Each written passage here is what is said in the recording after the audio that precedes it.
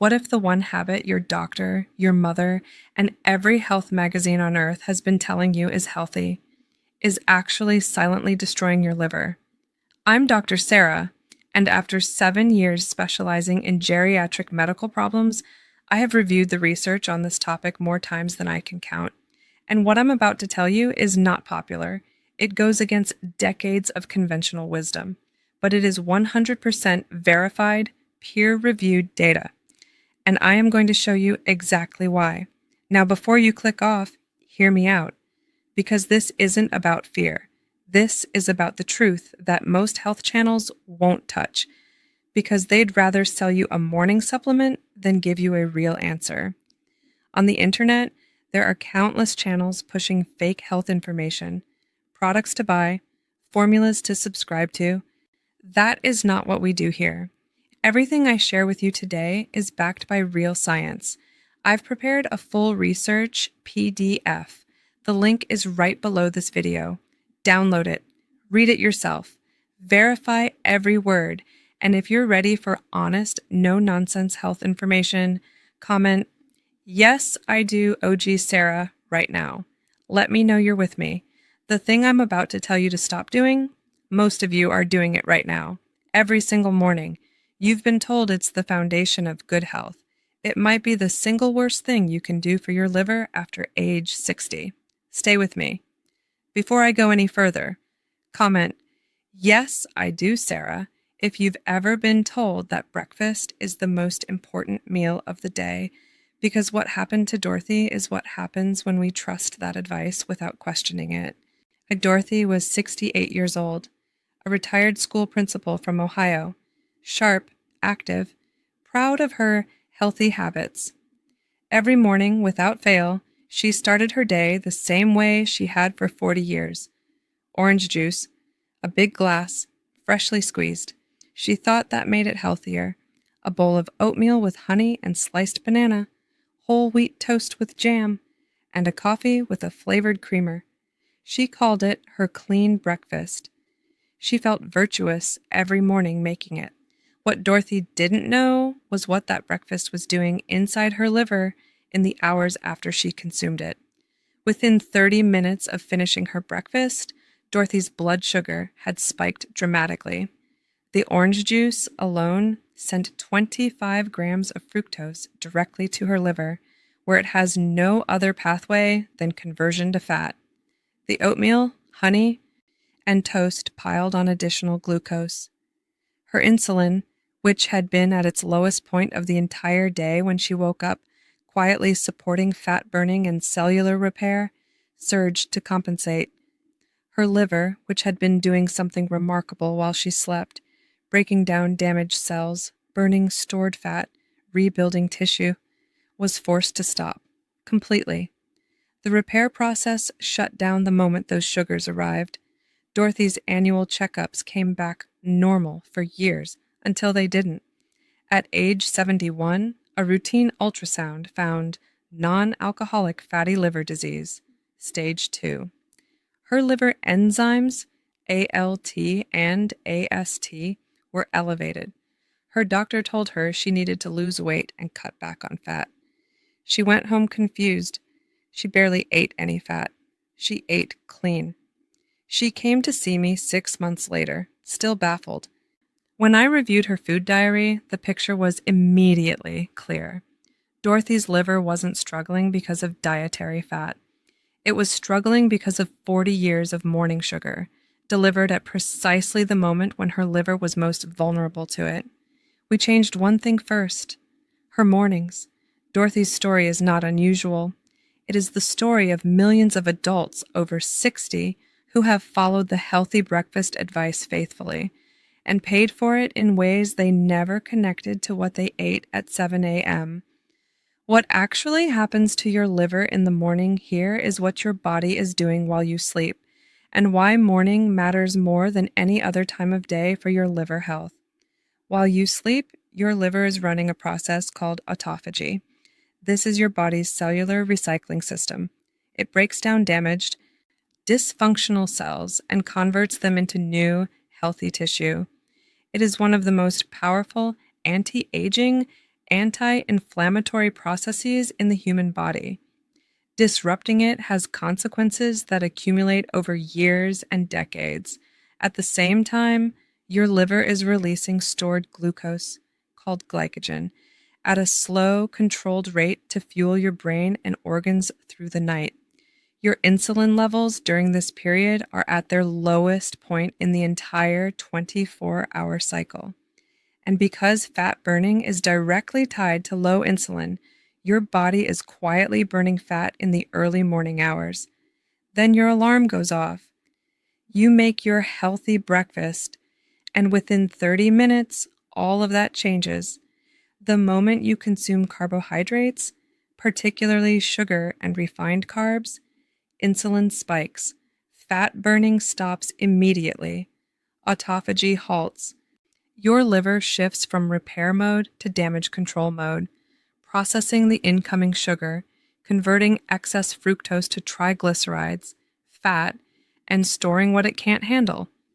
For adults over 60, this process is even more damaging.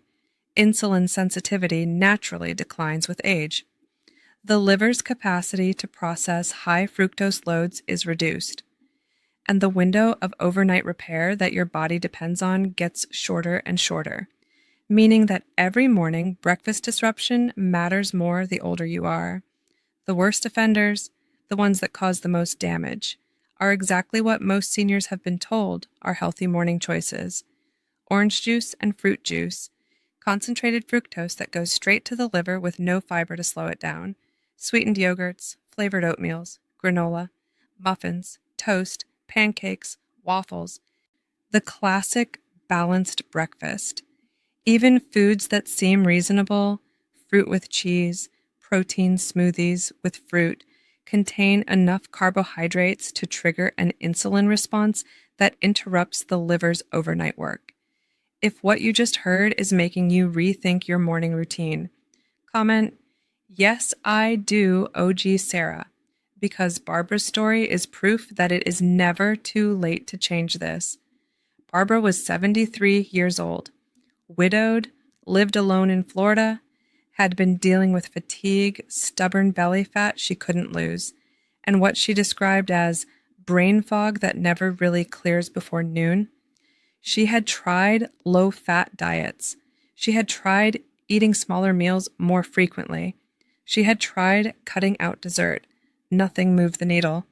When she first sat down with me, and she mentioned almost as an aside, "I wake up every morning and I'm not even really hungry, but I eat breakfast because you're supposed to." That one sentence told me everything. Barbara was not hungry in the morning because her body was still in the middle of its overnight repair process. Her liver was still working. Her insulin was low. Her fat burning was running quietly and efficiently. And every morning she picked up a bowl of cereal and shut all of it off. I gave Barbara one instruction: stop eating breakfast. Don't eat until noon. Drink water, black coffee, or plain tea in the morning. When you do eat, make your first meal real food: eggs, vegetables, protein, healthy fats. Reduce the refined carbohydrates dramatically. She came back 8 weeks later. The brain fog was gone, or mostly gone, she said, by week 3. Her energy in the morning was higher than it had been in years. She had lost 9 pounds, most of it from her abdomen, and something she hadn't expected: she was sleeping better, getting up fewer times at night.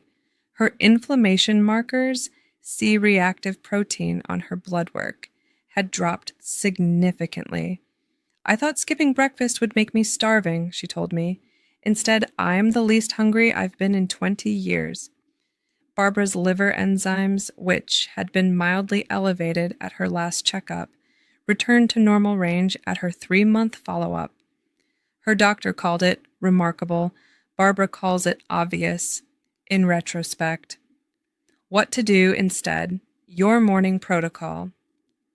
Let me be direct about what works. Based on what the research supports and what I have seen work in patients over 60 repeatedly. Step 1. Stop eating immediately after waking up. Your body is not hungry in the morning. It is in the middle of doing something important. Respect that process. Drink water. Drink black coffee or plain tea if you prefer. Let your liver finish its overnight work. Step 2. Push your first meal to midday. For most people, noon to 1 p.m. is the target. This is not extreme.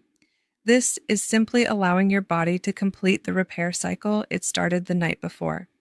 Most people find that once they adapt, which takes 1 to 2 weeks, they are genuinely not hungry before noon. Step 3. When you do eat, eliminate the carbohydrates that spike insulin.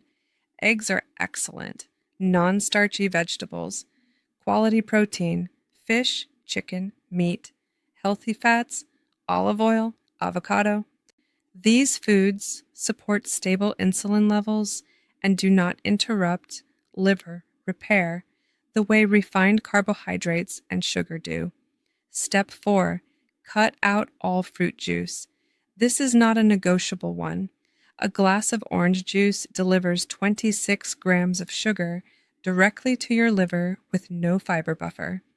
Your liver converts excess fructose to fat.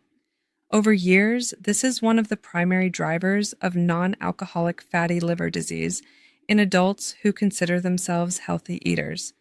Step 5. Be patient. It takes the body 2 to 4 weeks to shift away from dependence on glucose and into efficient fat burning. During this time, some people feel more tired, slightly irritable, or hungry at their usual breakfast time. This is temporary. It is your body adjusting. Push through it. What the research confirms. This is not theory. The research is clear. A 2020 study published in Cell Metabolism found that time-restricted eating, delaying the first meal of the day, significantly reduced liver fat, improved insulin sensitivity, and reduced inflammatory markers in adults with metabolic syndrome. The benefits were measurable within 12 weeks. Research from the New England Journal of Medicine confirmed that intermittent fasting, including simply extending the overnight fast, activates autophagy, reduces oxidative stress, and supports liver regeneration in ways that consistent eating patterns do not. A landmark study in the Journal of Hepatology found that fructose consumption, specifically from juice and sweetened foods, was the primary dietary driver of non-alcoholic fatty liver disease, independent of total calorie intake. People were developing fatty liver while believing they were eating healthily. The evidence is consistent. Your liver does its best work when you let it finish what it started the night before. Let me bring this together. Every morning while you sleep, your liver is working for you, burning fat, clearing damaged cells, reducing inflammation, repairing tissue. When you eat a carbohydrate-heavy breakfast, the moment you wake up, you stop that process. Immediately. You spike insulin. You shift your liver from repair mode to storage mode, and over years and decades, that daily interruption adds up to fatty liver, inflammation, fatigue, and metabolic disease. The solution is not complicated. Stop eating immediately after waking. Let your body finish its work. Delay your first meal to midday. Cut the refined carbohydrates and the fruit juices that most people still believe are healthy. Give your liver the time it needs. Dorothy learned this at 71, after the damage had started. Barbara learned it at 73, before it went further. You're learning it today. If this video gave you information that changes how you think about your morning routine, comment, "Yes, I do, Sarah," right now. Let me know this reached you. Share this video with anyone in your life over 60 who still starts their day with orange juice and cereal. They need to hear this. Subscribe to this channel. This is what we do here. Every day. 100% verified. No products to sell. No fake information.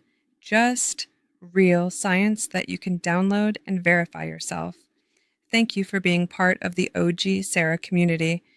Take care of your liver, and I will see you in the next video.